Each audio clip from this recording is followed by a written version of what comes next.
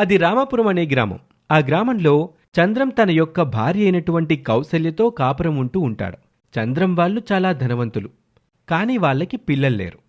అంచేత చంద్రం తన చెల్లెలు కొడుకైనటువంటి ప్రకాష్ని, అలాగే కౌసల్య తన అన్నయ్య కొడుకైనటువంటి రవిని తెచ్చి పెంచుకుంటారు. ప్రకాష్ వ్యవసాయ పనుల్లో చంద్రానికి తోడుగా ఉంటాడు.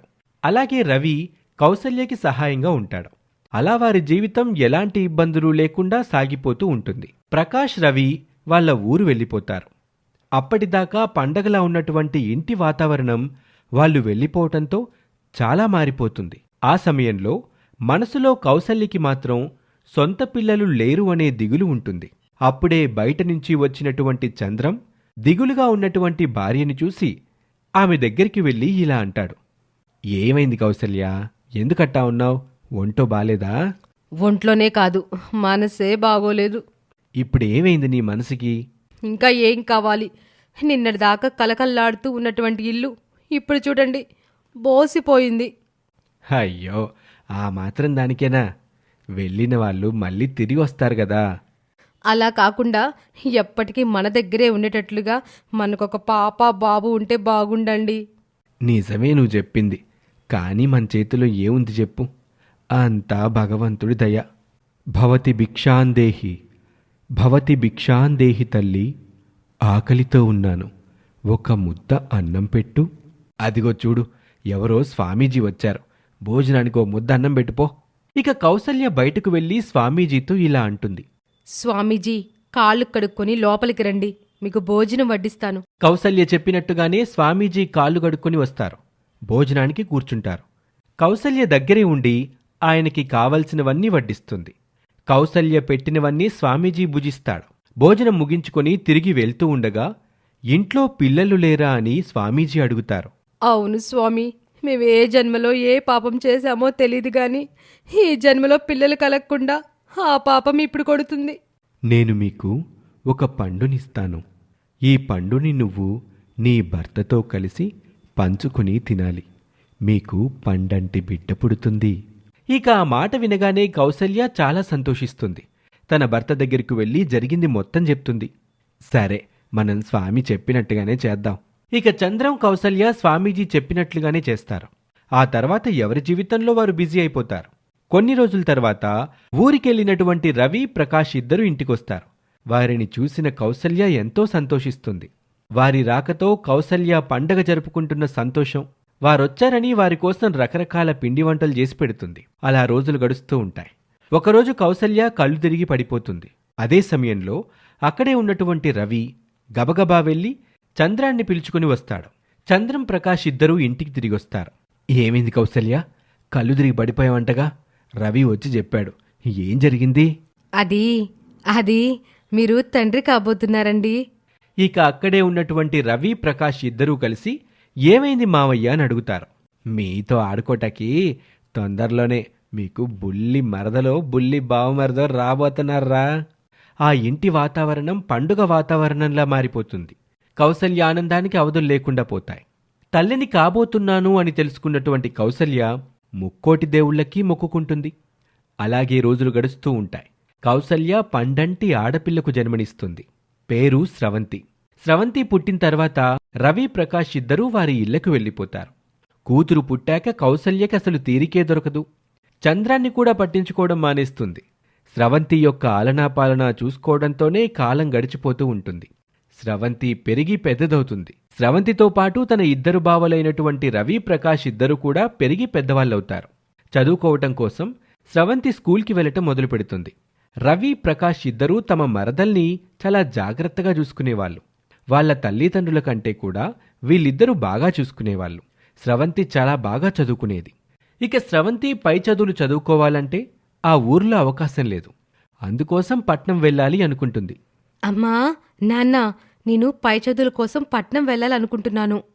నువ్వేమీ చదువుకోనవసరం లేదు, ఇప్పటిదాకా చదువుకుంది చాలు. మీ బావతో నీకు పెళ్లి జరిపిస్తామని నీ చిన్నప్పుడే మాట ఇచ్చాం. నాకిప్పుడే పెళ్లి చేసుకోవాలని లేదమ్మా, నేను బాగా పై చదువులు చదువుకోవాలి. లేదమ్మా, ఇప్పటిదాకా చదువుకుంది చాలు. మీ ఇద్దరి బావల్లో ఎవరో ఒకరిని పెళ్లి చేసుకో. తల్లిదండ్రులుగా మేము నీ మంచి కోరుకుంటాం. మా మాట విను. నువ్వు చిన్న పెళ్ళివి, నీకేం తెలీదు. ఇది నా జీవితం, నా జీవితం ఎలా ఉండాలో నాకు తెలుసు. నేను చదువుకోవాలనుకుంటున్నాను అంతే. చదువుకోనివ్వండి అత్తయ్య, తనకంటూ కొన్ని కలలుంటాయిగా, తన కలలు తను నెరవేర్చుకోవాలి కదా అని రవి ప్రకాష్ ఇద్దరూ అంటారు. ఇక స్రవంతి పట్నం వెళ్లి చదువుకోవటానికి తల్లిదండ్రుల్ని బలవంతం మీద ఒప్పిస్తుంది. పై చదువుల కోసం స్రవంతి పట్నం వెళ్తుంది. అక్కడ కాలేజ్లో సీటు తెచ్చుకుంటుంది. అక్కడే హాస్టల్లో ఉండి స్రవంతి చదువుకుంటూ ఉంటుంది. అదే సమయంలో తనకక్కడ శేఖర్ పరిచయమవుతాడు. శేఖర్ కూడా తనతో పాటు అదే కాలేజ్లో చదువుకుంటూ ఉంటాడు. స్రవంతిని చూసిన శేఖర్ మొదట్లోనే తనని ఎంతో ఇష్టపడతాడు. స్రవంతి, నేను నిన్ను చూసిన మొదట్లోనే చాలా ఇష్టపడ్డాను. I love you. శేఖర్, నేనిక్కడికి చదువుకోవడానికి వచ్చాను. దయచేసి మీరు నాతో మాట్లాడకండి. నా జీవితంలో నాకంటూ కొన్ని కలలున్నాయి. ఆ కలలు నెరవేర్చుకోవాలని ఇక్కడికి వచ్చాను. నేను కూడా చదువుకోవడానికే వచ్చాను. కానీ నీలాంటి గుణవంతురాలు నాకింతకుముందు ఎక్కడా కనిపించలేదు. అందుకే నేను నిన్ను అంతలా ప్రేమిస్తున్నాను. నా ప్రేమను అర్థం చేసుకో స్రవంతి. స్రవంతి ముందు శేఖర్ ప్రేమని అంగీకరించలేదు. కానీ రోజులు గడిచే కొద్దీ శేఖర్ యొక్క మంచితనాన్ని చూసి అర్థం చేసుకుంటుంది. ప్రేమించటం మొదలు పెడుతుంది. అలా ఇద్దరూ ఒకరినొకరు ప్రేమించుకుంటూనే వారి పై చదువులు పూర్తి చేస్తారు. చదువైపోయిన తర్వాత స్రవంతి పట్నంలోని శేఖర్తో కలిసి ఉద్యోగం చేస్తూ ఉంటుంది. ఒకరోజు కూతుర్ని చూడాలని చంద్రం స్రవంతి ఉంటున్నటువంటి ఇంటికి చేరుకుంటాడు. అప్పటికే ఆ ఇంట్లో శేఖర్ ఉంటాడు. ఇక అప్పుడే స్రవంతి తన తండ్రిని చూస్తుంది. నాన్నగారు, ఇదేనా రావడం? ప్రయాణం బాగా జరిగిందా?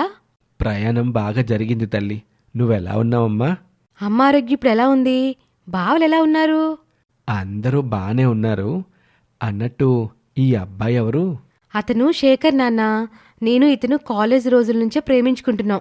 అంతేకాదు, పెళ్లి కూడా చేసుకోవాలనుకుంటున్నాం. అదేంటమ్మా అట్టా అంటావు? అక్క నీకోసం బావలు ఎదురు చూస్తున్నారు. నువ్వెవరిని పెళ్లి చేసుకుంటావా అని చూస్తున్నారు. నేను నింటికి తీసుకెళ్దామని వచ్చాను. నువ్వేదైనా చెప్పాలనుకుంటే మీ అమ్మతో చెప్పుకో. నీకోసం పిచ్చి వాళ్ళలా ఎదురు చూస్తున్నారు నీ బావులు. ఇక తన తండ్రి మాటలకు ఎదురు చెప్పకుండా స్రవంతి శేఖర్తో కలిసి వాళ్ళ ఇంటికి బయలుదేరి వెళ్తుంది. కూతురు వస్తుందని, మరదలొస్తుందని అందరూ చాలా సంతోషంగా ఎదురుచూస్తూ ఉంటారు. చంద్రం కూతుర్ని తీసుకుని ఇంటికి చేరుకుంటాడు. వారి కోసం ఎదురు చూస్తున్నటువంటి బావలు వాళ్ళమ్మ అలా చూస్తూ ఉండిపోతారు. ప్రయాణం బాగా జరిగిందా అమ్మా? నీకోసం మీ ఇద్దరు బావలు ఎదురు చూస్తున్నారు, నువ్వెవరిని పెళ్లి చేసుకుంటావో అని. ఎవరినో ఏంటి, తను నన్నే పెళ్లి చేసుకుంటుంది.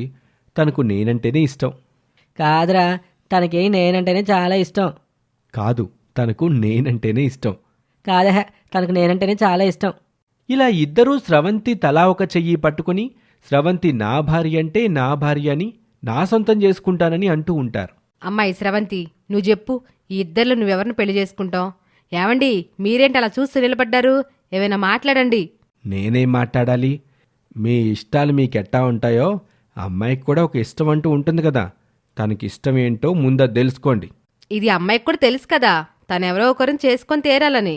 చెప్పమ్మా, నువ్విద్దరు ఎవరిని పెళ్లి చేసుకుంటావు? నేనెవ్వరిని చేసుకోనమ్మా. ఇదిగో ఈ శేఖర్ అని ఒక అతన్ని ప్రేమించాను. అతన్ని పెళ్లి చేసుకోవాలి అనుకుంటున్నాను. ఏంటే నువ్వు చెప్పేది? చిన్నప్పటి నుండి నీ మీద ఆశలు పెట్టుకున్న వాళ్ళు వీళ్ళని కాదని ఎవడో ముక్కు మొహం తెలియని వాడిని ప్రేమించాను, పెళ్లి చేసుకుంటానని అంటావా? నాకు ఈ దారి తప్ప ఇంకొక దారి కనబడలేదమ్మా. ఇద్దరిలో నేను ఎవరిని పెళ్లి చేసుకున్నా ఇంకొకరు బాధపడతారు. వాళ్ళు అలా బాధపడుతూ ఉంటే నేను సంతోషంగా ఎలా ఉండగలను? ఇక స్రవంతి చెప్పిన మాటలు విన్న తర్వాత రవి ప్రకాష్ ఇద్దరూ తన చెప్పింది నిజమే అంటారు. కౌసల్య కూడా స్రవంతి శేఖర్ పెళ్లికి ఒప్పుకుంటుంది. చివరికి స్రవంతి కోరుకున్నట్టుగానే తను ప్రేమించినటువంటి శేఖర్తో సంతోషంగా జీవిస్తూ ఉంటుంది.